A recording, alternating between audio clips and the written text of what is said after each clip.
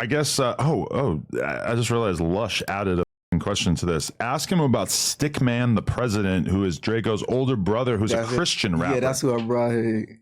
That's him. Yeah. Oh shit, that's crazy. I didn't realize. Yeah. What's that? Oh, you're gonna add him in. Oh, sick. Yeah, let's do that. That would be super interesting. Yeah. Okay. Shit. Okay. So you're Draco's older brother. Yeah. How old are you? 37. 37. Damn. So like, you've been sitting there this whole time listening to this. I didn't realize that you were his older brother. Like, what needs to be said that we haven't talked about? Like anything kind of stand out that is important to reference? I mean, I have my separate stories as well of them, as you know. But I could say, I'll say this. I remember like when I first knew, like I was like, yeah, he gonna be a little superstar. So because I used to play football. So I think it's around the time I was in junior college. But my dad, he threw a we had I think it was Daryl and Devontae, Draco and Ralphie, and then my other brothers and some other people there. But my dad had a dance contest. And these You organized a dance contest? We used to have little family gatherings. Yeah. Yo, that's what I'm like. Yo, they going crazy, but Daryl stood out. He was going crazy. You know, he throwing his hands. He all clown edition. And he beat out Devontae and all the girls, everybody. They get a prize. And I was like, and he got money. Yeah. So, and that's when I knew I was like, oh, little bro, you know what I'm saying? He got it. So that was my little personal for him as far as that. But I got a whole bunch of different stories of little things that, you know, stood out. You know what I'm saying? I remember like, this was, I feel like, right around the time we kind of like, because we was looking for him for a long time. Sorry, just the light went out. Oh, it's all good. They'll fix it in a second. You can just keep going. Yeah, but so there was a point where we didn't know where they was at, you know what I'm saying? And you know, then I can't even remember exactly how we reconnected, but I feel like it was like around the time when like Facebook started popping off and stuff. So wait, okay. How many years older than them are you? I'm 6 years older than Daryl. Okay. Yeah. So like when he's telling the stories about them kind of just being out of control and being off the porch and shit, what's your role in that? Like, he was my detective. He would find out where they were. Yeah. So yeah, I mean, it's a lot of because I was watching them. They was younger. I was beating them up, you know what I'm saying? All type of stuff. I was ordering, I mean, at one point when I think they was like around 6 or whatever, I was probably like, 11, something like that. I'm the older brother. I'm ordering pizza. I'm doing all type of stuff. I'm beating them up. You know what I'm saying? I remember one time, I think my dad went to the club or something like that. And I was at the crib by myself. A habitual clubber. Yeah, he was a real lifer, like for real. Yeah. But so my brothers was there. My sister was there. I think Ivory, she was with her mom. She was with her mom a lot. But I ordered some pizza. They came through, and Daryl and my younger sister Valencia, they got into a little fight, and Daryl scratched her. She still got the scratch on her eye till today, but Daryl clawed her up real good. I had to knock him out like boom bow. You know what I'm saying? Real quick. You never told me that story. Yeah. She still got the scar on her face to this day. But Daryl was he was feisty. You know what I'm saying? He was his own man. So like, were you guys super close, or was it a little bit of distance between you because of the age gap and shit? Like especially as they get older and are outside and they're becoming rappers and everything. Yeah, I mean, at one point, when we was younger, we was all close, but yeah, like you said, distance kind of creates separation. But we was always, like my dad said, whenever he got a tip, hey, I heard they on Vermont. We'll hop in the car, we out of here, like for real. That was like a real life thing. You know what I'm saying? We drive it down to, trying to figure out where they at. Tell them the time that we caught them coming across Normandy, and I said they ran. And they saw us and skirted off, peeled off on us. I've never seen kids' feet move that fast. They was running, so I didn't even think kids could run that fast. They was definitely, told like, they was told like, if you see your dad, you know what I'm saying, get up out of there. You know what I'm saying? That's what it was for sure. Definitely. So by the time they really start popping off as rappers, though, were you close with them at that time, or like being around during that era? I was trying my hardest. You know, I had my own stuff going on. I was in sports, so like when I would come home from college or whatever, you know what I'm saying, I try to tap in or whatever. When they was in jail, because it was a tough little spot where I was in college. I come back home, and then they in jail. So I would try my hardest to try to get, you know what I'm saying, go to one of their court dates or whatever, like Daryl. I went to his last court date right before the day he got out. You know what I'm saying? A lot of people don't know that. But yeah, I would try to show up. I put money on. Ralph. They was thinking every time he was on court, they would think he was Ralph. Yeah, they was on me. They was like, wait, yeah, they kept staring at me like right now. Right. Yeah, they kept staring at me. They was on me. Yeah, they made me get my ID, all of that. Right. Yeah. But why do you think there was that distance? Did they see you as being closer with your dad? So to them, it was kind of, they didn't feel that closeness to you? Nah, was there like mom side and dad side in the family kind of? No, we had our own relationship too. Like, I mean, it just kind of like jail kind of like separates you. Like they was in their own mentality. They had their own shit going on. But I mean, at one point I would go pick up, you know, Daryl. I would try to take Daryl and Devontae, but I'll pick up Daryl and go drop him off at my sister's house. And I got another story where I'm just driving. We randomly driving, and I'm taking him to my sister's house to kind of like spend some time with him. You know, we try to rekindle and try to be an older brother. So we just driving, and then randomly he I can't remember. I think he rolled down the window and he looked at me and was like, "Man, I'm about to get a Maserati."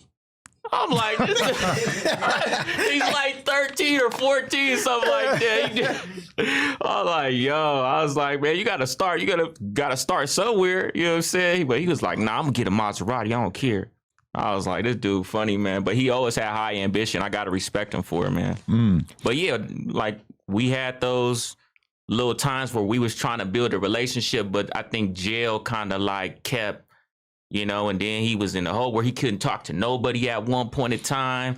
And I think, you know, I think both of my brothers, I think anytime you go to jail and you get out, it's just like, you know what I'm saying, who was there for me, or, you know what I'm saying? So I think, you know what I'm saying, I can't be mad at nobody for feeling a certain type of way, but I always try to, you know what I'm saying, have timestamps of trying to show up. You know what I'm saying? I have something to say on that. Mm-hmm. So at some point, we have to stop with that playing victim. Because that's, you know, that's the card right there. Wasn't nobody around when I was in jail, but when you trapping and you doing all your stuff, you spending the money, you ain't around nobody. So let's just keep it 100. But at the end of the day, don't use that playing victim card to separate yourself from your family. It doesn't matter. You made it. You're good now. The money is only as good as, at the end of the day, the people you help with it. Because once you get, I mean, only people that don't realize that is the people who ain't never had anything.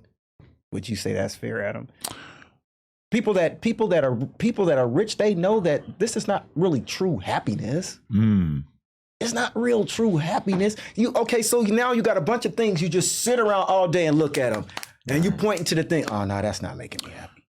That's not it. But you kind of have to like get to that point of having all your material needs satisfied, and then some, for you to sort of realize like, oh, this is not, because most people will spend their whole life trying to get rich and they never will. But meanwhile, the pursuit of it will occupy like 99% of their brain, you know? So it's like they never really get to see what that's like.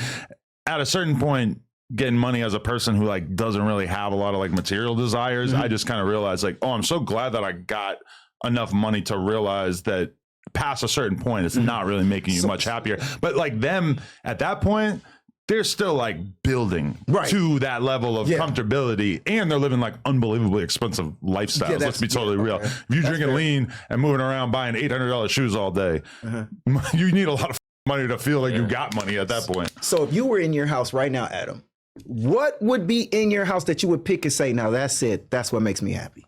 What would it be? Nothing. See, I got a kid and a girl, and that's like that's my point. when we thought for like 5 minutes that the fires might be approaching our house, and I kind of thought like, what do I have that I need? It was like, there's nothing. I don't give a about any of that shit. That's the only thing that I would say that's in my house that I would say that's it is my drum set. That's it. Actually, yeah, I would take my laptop. Yeah, okay, so laptop. Just like being all able this to expensive answer stuff and it's emails just a and shit, laptop and a pair of drumsticks. Definitely gotta take a laptop for sure. Yeah.